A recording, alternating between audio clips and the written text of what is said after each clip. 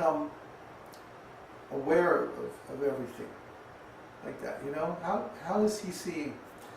And I was meditating on this question for a long time. And then one day I was taking a walk. And I was walking along the beach. I was on Guam, an island in the Pacific. And it was a very hot day. And I was walking along. And all of a sudden I had this incredible vision where I was scooped up by this giant hand.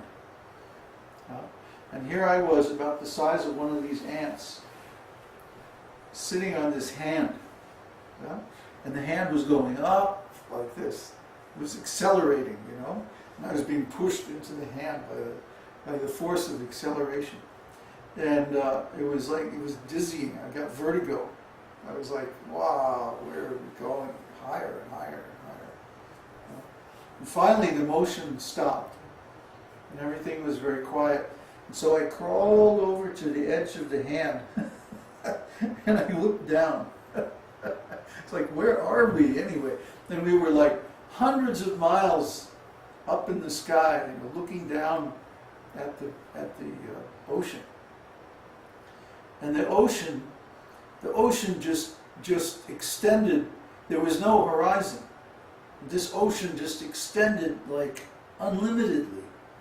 There was no edge. There was no border to it. It just went on and on and on and on. And I was looking at this like, wow. And then I looked down and I looked closer.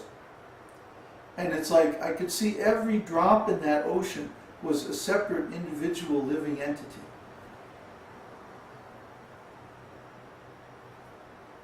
Yeah, this was just like mind-blowing, right? Mind-blowing.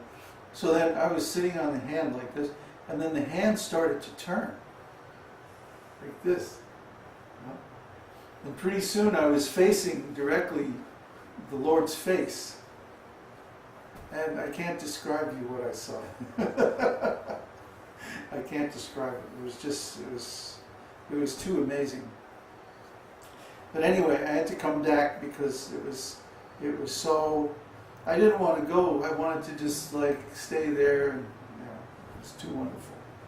But anyway, I had to come back. So then I came back, and it was just a second later, my foot was hitting the ground. I had taken one step. The whole experience felt like it took 10 minutes, 15 minutes. But it all happened just during one step of walking along the beach. So I'm going, okay, Krishna. There are certain things that are not for us to understand because they're beyond our limited capacity.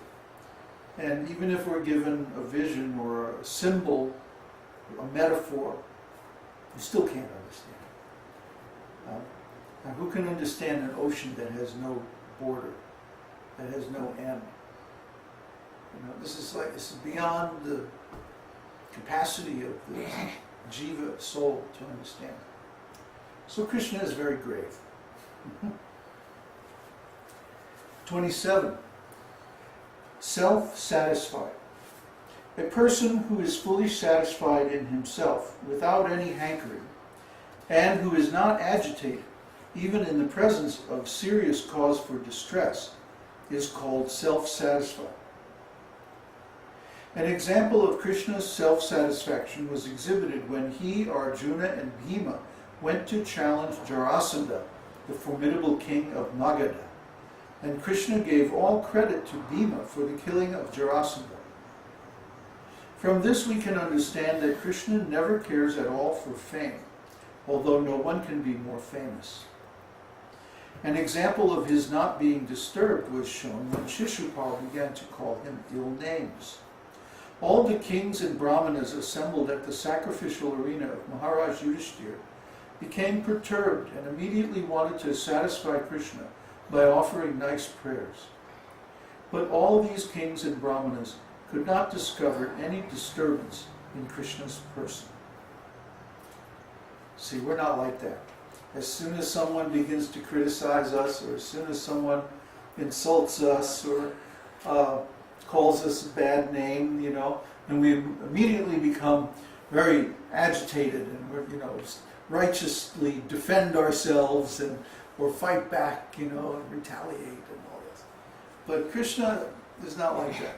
Krishna doesn't care for anybody's opinion. He's independent.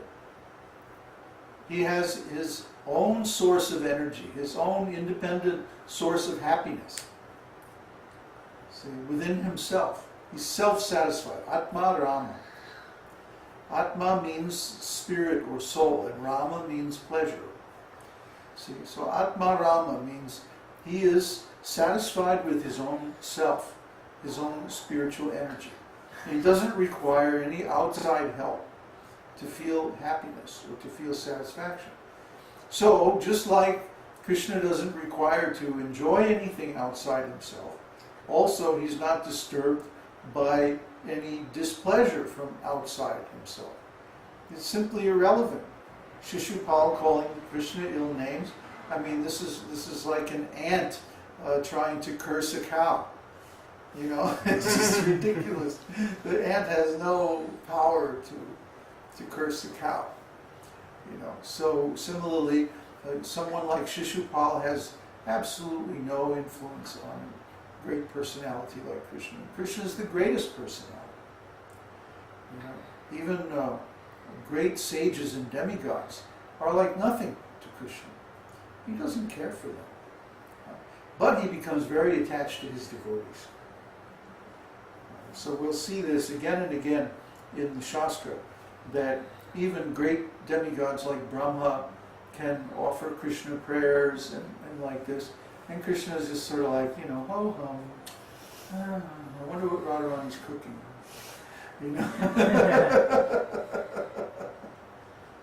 But he's not concerned, either with praise or blame. Neither one disturbs him, because he has his own independent source of pleasure. And so do we, actually. If we become Krishna conscious, we have Krishna within ourselves, and he is automatically giving pleasure and satisfaction to the surrendered souls. We don't need any outside pleasure. I've described this so many times. All you have to do is sit down and turn your consciousness within and contemplate your own consciousness, your own self, your Atma. Atma is already eternal and spiritual. And so when the Atma, the spiritual self, the soul, is in contact with spiritual energy, we automatically feel pleasure. See? So even if that spiritual energy is our own self, we'll feel that pleasure. This is the beginning of spiritual bliss. But even that is nothing compared with Paramatma realization, Bhagavan realization. That Brahman realization is just the beginning. Yeah, it's just the start. But it's essential. Everyone should know this, that they don't require any outside source of enjoyment. All you have to do is sit down somewhere quiet and contemplate your own consciousness. And when consciousness is in touch with consciousness, that's spiritual energy. And so you feel bliss automatically. It's elementary, my dear disciples.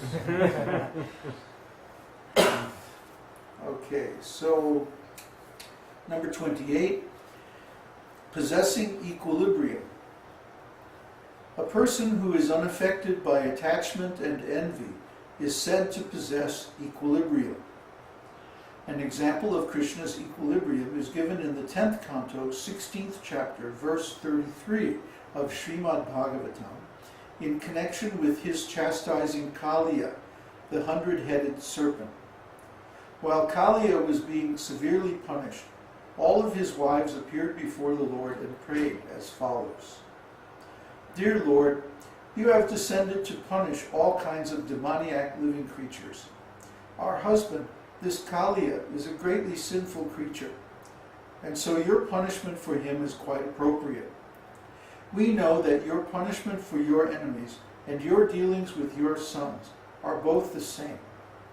We know that it is in thinking of the future welfare of this condemned creature that you have chastised him. See? So Krishna is never angry. Krishna is never vindictive. He's never jealous. He's never envious. Krishna is always equal to everyone. Yeah? And the touch of Krishna's lotus feet on the heads of Kaliya was just as good for him as the touch of Krishna's lotus feet on the heads of his sons. See? This is a custom in ancient Vedic society, that in the morning the children will come and they'll offer obeisances to the lotus feet of their parents and take their feet and actually put them on their heads. And then in return the parents will offer so many affectionate gestures to the children. And that way everybody knows that they're loved. Huh? It's really very nice. I mean, it's such a nice